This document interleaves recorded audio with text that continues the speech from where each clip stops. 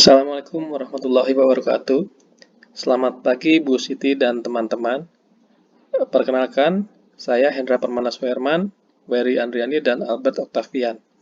Kami akan menyampaikan hasil review paper yang berjudul Alignment Between Business and its Strategies, A Study of Prospectors, Analyzers, and Defenders. Jurnal dari Rajiv Sabharwal dan Yolande Echan tahun 2001. Yang pertama mengenai motivation of study dari makalah ini, dampak sistem informasi dan teknologi terhadap kinerja bisnis meningkat selama beberapa dekade terakhir ini. Jadi keselarasan antara strategi bisnis dan strategi information system secara luas diyakini dapat meningkatkan kinerja bisnis. Beberapa penelitian di bidang information system membahas mengenai manfaat dari keselarasan information system dengan bisnis. Itu terlihat dari penelitiannya Camillus dan Lederer tahun 1985, Chan et al. 1997, Gilbert 1995, Henderson dan Venkatraman 1992, Raja dan Theo 1997, Lederer dan Mendelow 1989, Luffman et al. 1999, Reis dan Ben Basat 1996, Sambamurti dan Zmuth 1999, serta Segas dan Grover 1998. Kemudian research gap-nya, penelitian terdahulu itu membahas mengenai keselarasan antara strategi information system dengan strategi bisnis masih secara terfragmentasi dan masih sedikit. Hal itu terlihat dari penelitiannya Blair dan Ball tahun 1991 dan Robinson dan Pierce tahun 1988 yang membahas konten dan proses strategi bisnis. Serta ada juga penelitian dari Chan dan Huff tahun 1992 dan Das et al. Tahun 1991 yang membahas konten dan proses strategi IS. Jadi karena masih terfragmentasi itu, maka tujuan dari paper ini yaitu untuk mengkaji dampak keselarasan strategi bisnis dan strategi information system pada kinerja bisnis dengan menggunakan tipologi Myers dan Snow tahun 1978, yaitu mengenai defenders, prospectors, dan analyzers. Sehingga research question-nya, apakah keselarasan antara strategi bisnis dan strategi information system dapat meningkatkan kinerja bisnis? Berikutnya mengenai pengembangan teoritis akan dijelaskan oleh rekan saya Wery. Selamat pagi teman-teman semua. Baiklah, saya akan melanjutkan presentasi dari kelompok kami, yaitu terkait dengan theoretical development. Pertama, yang akan kita bahas itu terkait dengan strategi. Nah, strategi ini, ketika kita membicarakan tentang strategi, itu terbagi atas dua, yaitu konten strategi dan proses strategi. Berbicara terkait dengan konten strategi, yaitu membicarakan apa strategi yang akan dijalankan oleh satu bisnis atau suatu organisasi. Sementara itu, untuk proses strategi itu membicarakan bagaimana organisasi menjalankan strateginya. Dalam memahami konten strategi, perlu kita ketahui apa itu perbedaan dari IS strategi, IT strategi, dan IM strategi. Perbedaan ini dijabarkan oleh L tahun 1989 dalam penelitiannya, di mana IS strategi ini terdiri dari sistem dari IS itu sendiri, kemudian bicara mengenai aplikasi dari IT, dan apa manfaat utamanya yaitu mendapatkan manfaat strategik. Sementara itu, untuk IT strategi itu berbicara mengenai bagaimana teknologi policies dalam suatu organisasi, kemudian arsitektur atau desainnya, kemudian yang ketiga yaitu bagaimana technical standarnya, kemudian ada juga berbicara terkait dengan bagaimana security levelnya. Nah, kemudian terkait dengan IM strategi, nah ini berbicara mengenai struktur dan peran dari manajemen dari IS dan IT. Ini seperti dari manajemen kontrol suatu perusahaan. Sementara itu, untuk proses strategi itu sendiri sudah banyak dilakukan penelitian-penelitian sebelumnya. Nah, ini seperti disampaikan oleh Lederer dan Mendelow tahun 1987 itu mengenai bagaimana kesulitan yang dihadapi dalam implementasi IS strategi ini. Yang kedua itu terkait dengan perbedaan manajemen dari IS strategi antara defender, prospector, dan analyzer. Ini dilakukan oleh Gupta tahun 1997.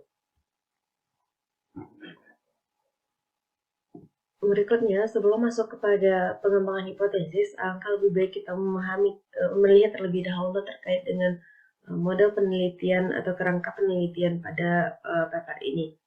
Nah, di sini dapat kita lihat bahwasanya di sini ada alignment antara bisnis strategi dan IS strategi.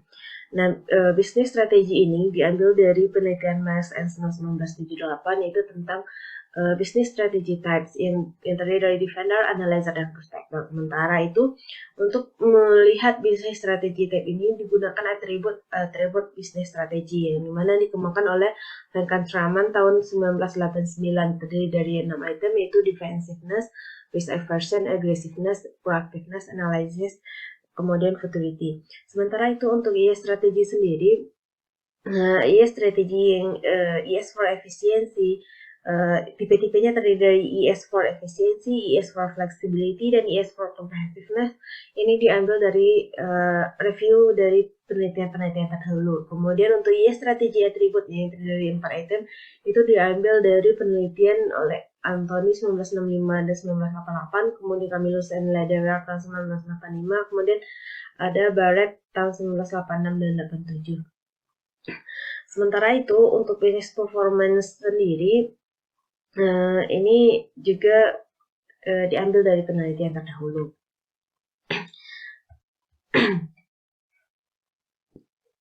Jadi dari framework ini dapat kita lihat bahwasanya antara bisnis strategi dan IS strategi itu jika terjadi kesesuaian atau alignment, maka diharapkan akan meningkatkan kinerja dari suatu organisasi atau perusahaan. Berikutnya itu terkait dengan pengembangan hipotesis.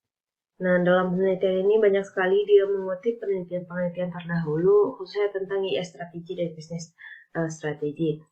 Nah, fokus penelitian ini adalah IS strategi yang didasarkan pada penelitian Camillus dan Lederer tahun 1985, kemudian ada penelitian dari Simon tahun 1987. Dan dia menyatakan bahwa strategi bisnis memiliki hubungan dengan berbagai jenis sistem informasi. Kemudian terdapat kaitan antara strategi bisnis dan IS strategi bisnis, di mana salah satu contoh dari bisnis strategi yaitu defender. Nah, di sini dia menggunakan IS strategi sebagai pengendalian biaya. Kemudian prospector itu gunanya untuk fleksibilitas dan inovasi, sementara untuk analyzer IS strategi digunakan untuk penganalisaan demi mencapai efisiensi dan inovasi. Nah, alignment antara strategi bisnis dan IS strategi bertujuan untuk meningkatkan kinerja. Ini disampaikan oleh Cash et al. Tahun 1988, kemudian King 1978, dan Viran tahun 1990. Selain itu, adanya alignment ini juga dapat meningkatkan keuntungan yang kompetitif. Ini disampaikan oleh Johnson dan Carrico tahun 1988. Oleh sebab itu, peneliti merumuskan hipotesis pertamanya, yaitu kesesuaian antara bisnis strategi dan IS strategi secara positif berhubungan dengan persepsi tentang kinerja perusahaan suatu organisasi atau kinerja bisnisnya. Selanjutnya itu terkait dengan business strategy profile for the three strategic types. Sebagaimana yang dibahas sebelumnya, 3 strategi bisnis ini dikembangkan dari penelitian Mas Ensno 1978, sementara atributnya dikembangkan dari Frank Traman tahun 1989. Nah, bagaimana si peneliti memberikan level untuk setiap atribut di setiap tipe strategi bisnisnya? Ini berdasarkan penelitian terdahulu. Nah, teman-teman bisa melihat di Appendix A, ini bagaimana si peneliti membuat justifikasi terkait dengan level dari setiap atribut untuk setiap strategi bisnis. Nah, pertama saya contohkan terkait dengan defensiveness. Kenapa di defenders itu high? Sebagaimana kita tahu, defenders ini lebih cenderung mempertahankan yang sudah ada, dia tidak cenderung untuk membuka pasar baru, sehingga defensiveness pada defender ini memiliki nilai yang tinggi. Nah, ini sesuai dengan penelitian Frank Traman tahun 1989 yang menyatakan bahwa Defensiveness merupakan salah satu atribut dari defenders. Kemudian yang kedua, contohnya itu risk aversion. Kenapa prospektor itu risk aversionnya low? Dan di sini Mas Snow mengatakan bahwasanya prospektor itu cenderung mengambil risiko, sementara defender dan analyzer itu cenderung menghindari risiko. Begitupun dengan aggressiveness, di mana prospektor itu memiliki nilai high karena dia membutuhkan informasi dari pasar untuk mengambil keputusan strategis yang cepat. Nah, begitupun dengan yang lainnya itu dijabarkan dalam appendix 1. Appendix A. Begitupun dengan IS strategi atribut, di sini peneliti juga membuat ideal profile untuk IS strategi untuk setiap defender, analyzer, dan prospector. Nah, di sini seperti yang disampaikan sebelumnya, terdapat 4 atribut, yaitu operational support system, market information system, interorganizational system, dan strategic decision support system. Nah, di sini si peneliti mengelompokkan defenders itu sebagai IS for efficiency, prospector sebagai IS for flexibility, dan analyzer sebagai IS for comprehensiveness. Nah, ini mengapa defender IS for efficiency berorientasi pada efisiensi internal dan antar organisasi serta pengambilan keputusan jangka panjang. Ini disampaikan oleh Camillus dan Hendra tahun 1985. Kemudian prospektor itu IS for flexibility berfokus pada fleksibilitas pasar dan keputusan strategis yang cepat. Ini disampaikan oleh Sortel dan Zazak tahun 1990. Sementara analyzer itu dia menggunakan IS for comprehensiveness, itu di mana menginginkan adanya keputusan yang komprehensif dan respon yang cepat melalui pengetahuan organisasi lain.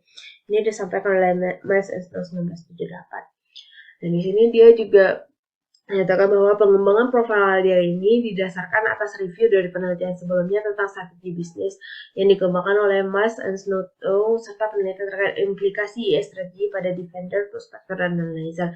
Dari penelitian tersebut dapatlah hasil bahwasanya operational support system di mana defenders itu memiliki level high sementara prospector low dan analyzer medium. Begitupun dengan market information system di mana prospector itu memiliki nilai high karena dia menginginkan informasi yang lebih cepat, sementara defenders juga memiliki nilai yang low, sementara IS comprehensiveness nilainya juga tinggi. Begitupun dengan selanjutnya. Masuk pada business strategy profile for the 3 strategic types. Nah, seperti disampaikan sebelumnya, strategi bisnis ini dikembangkan dari penelitian Mas Snow, kemudian bisnis strategi atribut dari Van Kantraman, dan di sini dijabarkanlah bagaimana level dari setiap atribut itu untuk masing-masing, baik itu defenders, prospector, dan analyzer. Nah, bagaimana si peneliti menilai hal tersebut? Nah, ini didasarkan dari penelitian sebelumnya. Untuk lebih jelasnya, teman-teman bisa melihat di dalam appendix A. Nah, di sini saya contohkan salah satunya itu defensiveness. Mengapa defender itu memiliki nilai high? Itu karena defender cenderung untuk mempertahankan apa yang sudah ada, sehingga defensiveness dari defenders itu memiliki nilai tinggi. Kemudian risk aversion. Nah, dalam penelitiannya Mas Snow dia menyatakan bahwa defenders dan analyzer itu cenderung untuk menghindari risiko, sementara prospector itu cenderung untuk mengambil risiko. Nah, untuk aggressiveness, proactiveness, dan analysis serta futurity ini juga dijabarkan dalam appendix. Begitupun dengan the ideal profile for IS strategy atribut untuk defenders, analyzer, dan prospector. Nah, di sini ada 4 IS strategi atribut, yaitu operational support system, market information system, interorganization system, strategic decision support system. Nah, di sini dia mengelompokkan defenders itu IS-nya for efficiency, prospector IS-nya for flexibility, kemudian analyzer IS-nya for comprehensiveness. Nah, dari pengembangan profil ideal ini didasarkan atas review dari penelitian-penelitian sebelumnya tentang strategi bisnis yang dikembangkan oleh Mas Snow serta penelitian terkait implikasi IS strategi pada defender, prospector, dan analyzer yang dikembangkan oleh Camillus and Lederer tahun 1985, kemudian Karini tahun 1996, 1996, dan kemudian Gilbert tahun 1995. Dan di sini contohkan operational support system itu di Defenders memiliki score high. Itu karena Defenders cenderung menggunakan strateginya untuk efisiensi. Sementara untuk Micro Information System, Prospector memiliki nilai yang high. Itu dikarenakan Prospector menginginkan adanya informasi yang cepat untuk pengambilan keputusan strategis di pasaran. Nah, dari penelitian sebelumnya, si peneliti merumuskan 3 hipotesis terkait dengan IE strategi ini, di mana untuk H2 penelitian ini, for defenders, the alignment between IE strategy and the IS for efficiency strategy is positively associated with perceived business performance. Sementara itu untuk H3-nya yaitu for Prospector, the alignment between the ES strategy and the ES for flexibility strategy is positively associated with perceived business performance. Sementara itu, untuk H4-nya yaitu for analyzer, the alignment between the ES strategy and the ES for comprehensive strategy is positively associated with perceived business performance. Bagian selanjutnya itu terkait dengan research method. Nah, desain dari penelitian ini adalah survei dengan 2 kali pelaksanaan, yaitu pada tahun 1901 dan tahun 1995. Nah, ini digunakan 2 kali pelaksanaan ini dilakukan karena peneliti ingin mengamati adanya fenomena non-transient. Kemudian sampel dalam penelitian ini itu berfokus pada 4 industri yang berbeda di Amerika Utara. Nah, industri yang dipilih yakni perbankan, asuransi, farmasi, dan auto parts. Perusahaan yang dihubungi atau yang dikontak adalah yang memiliki 100 orang lebih karyawan, yaitu untuk 3 industri, yaitu asuransi, farmasi, dan auto parts. Sementara itu karena perusahaan perbankan itu memiliki jumlah karyawan, maka 1 bank dipilih dari 3 bank yang telah ditentukan. Nah, kemudian responden dari penelitian ini yaitu di mana survei 1 respondennya yaitu CEO, CFO, dan Senior End User atau VP dengan berikan 4 kuesioner. Kemudian untuk survei 2 itu ada 2 respondennya yaitu CEO dan CIO, di mana memberikan 2 kuesioner. Nah, bagaimana respon rate dari penelitian ini? Nah, saya menilai respon rate ini cukup rendah, di mana survei 1 itu hanya 19% respon rate, yaitu sekitar 164 responden yang menjawab. Kemudian untuk survei 2 yaitu sekitar 7%, yaitu sekitar 62 respon. Itu terkait dengan measurement bisnis strategi dan IS strategi. Dalam penelitian ini dia menggunakan skala Likert dengan 5 skala, itu sangat setuju hingga sangat tidak setuju. Nah, teman-teman bisa melihat bagaimana rincian indikator kuesioner dijabarkan dalam appendix B dan C untuk bisnis strategi dan IS strategi ini. Nah, terkait dengan pengukuran bisnis performance, berdasarkan dari penelitian Verkataman 1998 dan Cetera 1997, dia menggunakan 8 item pernyataan, di mana pernyataan ini juga menggunakan 5 skala dengan membandingkan perusahaan dengan kompetitornya. Terakhir terkait dengan analisis data. Pada penelitian ini, peneliti menggunakan 4 cara untuk melakukan analisis data. Yang pertama itu melakukan normalisasi untuk setiap variabel dengan cara memisahkan untuk setiap industri. Yang kedua yaitu mengidentifikasi profil ideal dari strategi bisnis untuk setiap strategi bisnis.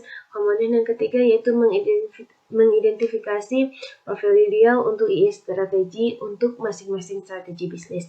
Serta yang keempat dia melakukan uji hipotesis. Nah, pengujian hipotesis ini dilakukan dengan mencari hubungan antara kesesuaian baik itu bisnis strategi dan IS strategi terhadap bisnis performance. Oke, mungkin bagian saya hanya itu. Saya serahkan pada teman saya selanjutnya. Baik, Assalamualaikum warahmatullahi wabarakatuh. Saya Albert. Selanjutnya saya akan menyampaikan bagian dari hasil penelitian ini.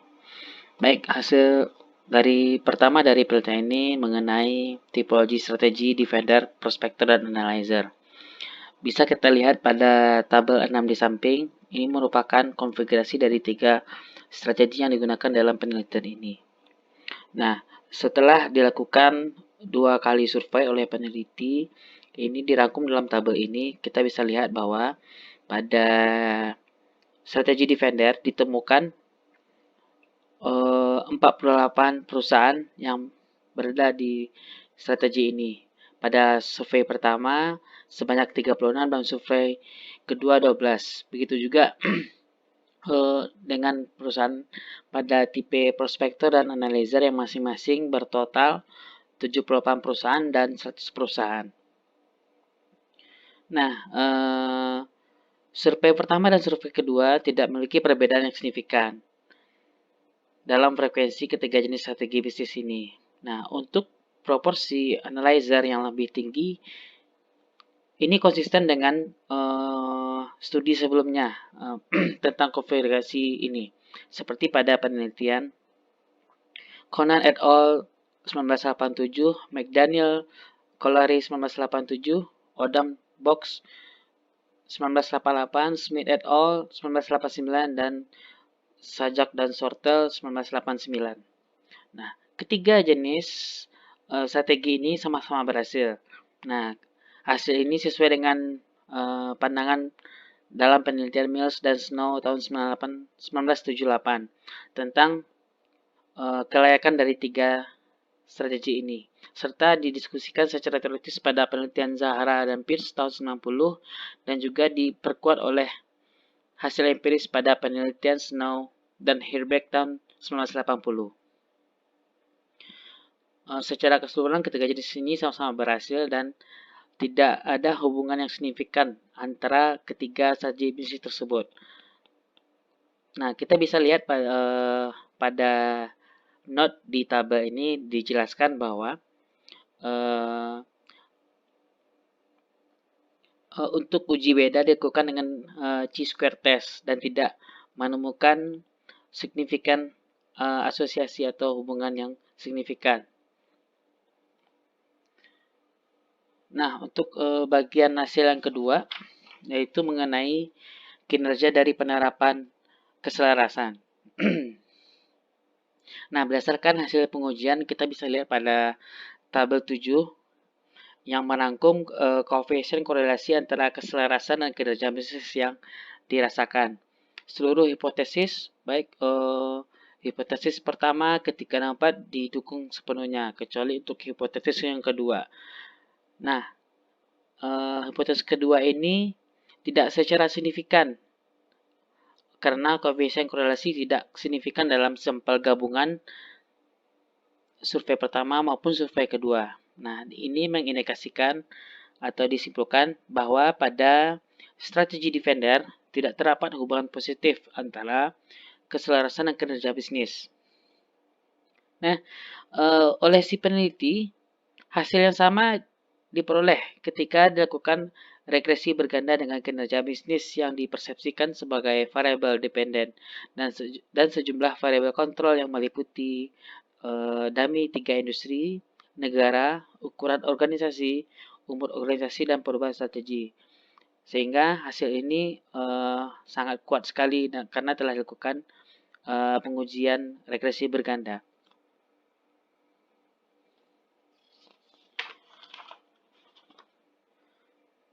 Untuk selanjutnya, implikasi dari penelitian ini yang pertama itu adanya dukungan empiris bahwa penyelarasan antara strategi bisnis dan sistem informasi dapat meningkatkan kinerja bisnis.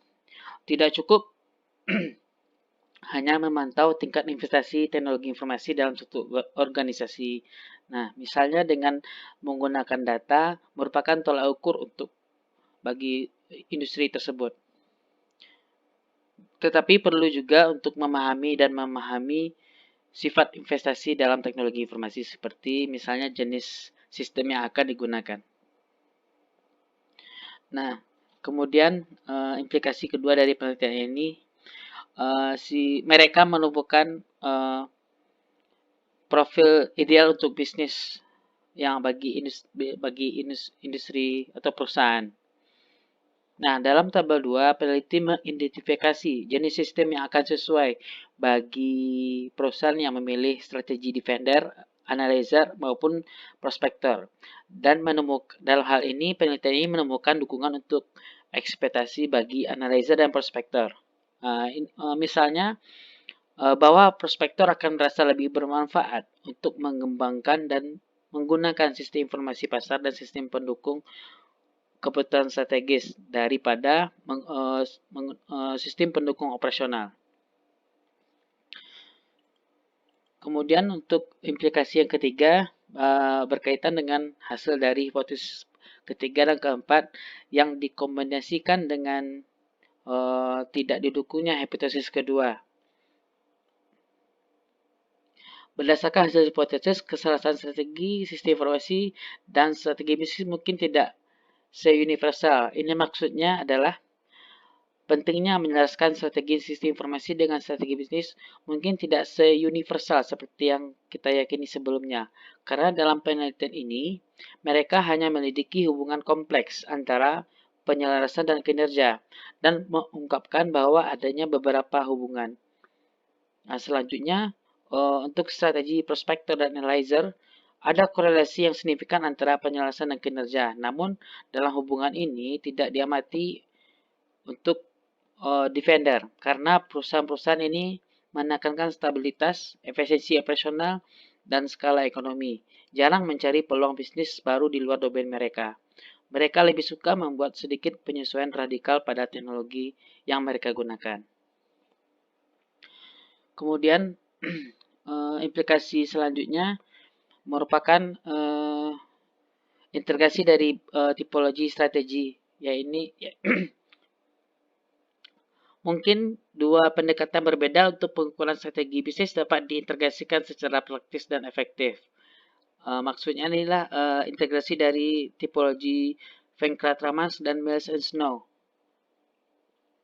Pemahaman tentang defender, prospektor, dan analisa dengan mengembangkan profil atribut strategi bisnis dalam hal operasionalisasi strategi bisnis pada model Venn-Kratramans tahun 1989. Nah, kontribusi ini penting karena penelitian sebelumnya tentang tipologi Mills dan Snow belum menggunakan multidimensi atau multi-item dan konstruk strategi bisnis yang telah divalidasi. Nah, secara teoritis dan empiris, bahwa kedua pendekatan berbeda untuk pengukuran strategi bisnis ini dapat diintegrasikan secara praktis dan efektif. Dan yang terakhir, implikasi secara metodologi, pentingnya teori dalam penelitian tentang penyelarasan.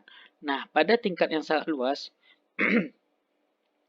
penelitian ini menyoroti pentingnya teori dalam penelitian tentang penyelarasan. Selain itu, seperti yang sering direkomendasikan dalam strategi bisnis dan literatur informasi, studi ini meneliti keselarasan dari perspektif holistik atau pendekatan sistem, seperti pada penelitian Drazin and Van Deven tahun 1985, daripada melihat keselarasan hanya pada tingkat variabel individu, yaitu menggunakan pendekatan bivariat.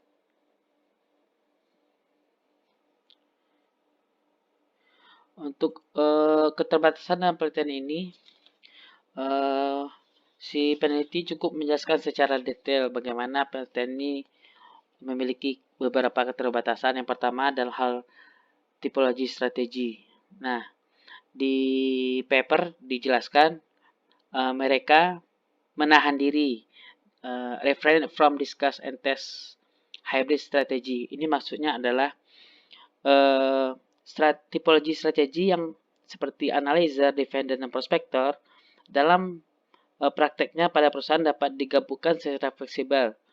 Nah, untuk penggabungan inilah yang disebut hybrid strategi. Nah, kemungkinan hybrid strategi yang dapat dilakukan oleh perusahaan ini tidak diuji.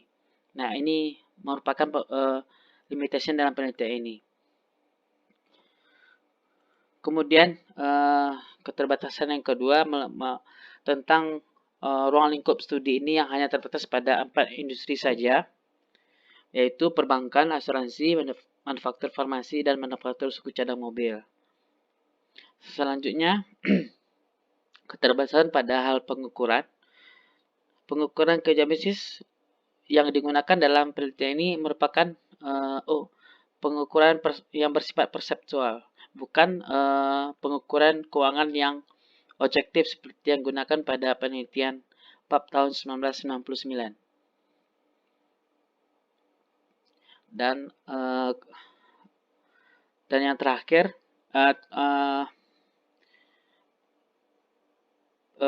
dalam penelitian tentang hal ini pada penelitian sebelumnya kurang banyak diminati dan sedikitnya literatur tentang tipologi Millers dan Snow, sehingga dalam penelitian ini mereka hanya terbatas pada tipologi ini saja.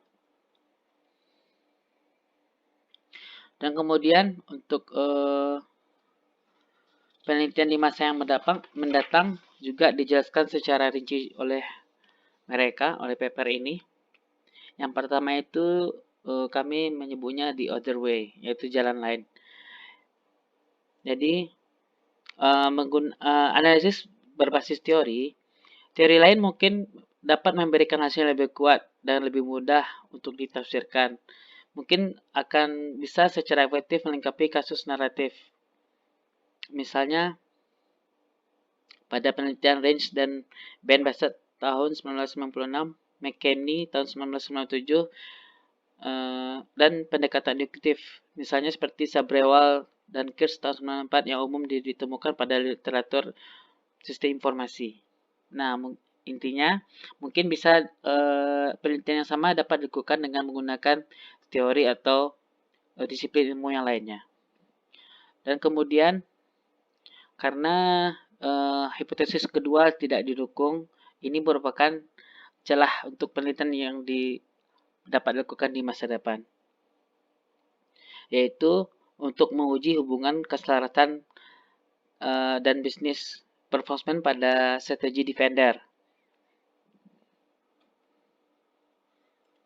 Dan kemudian dapat juga dilakukan penelitian untuk menguji validity pada tipologi ini untuk perusahaan besar atau perusahaan kecil atau perusahaan di luar dari yang diteliti dalam penelitian ini.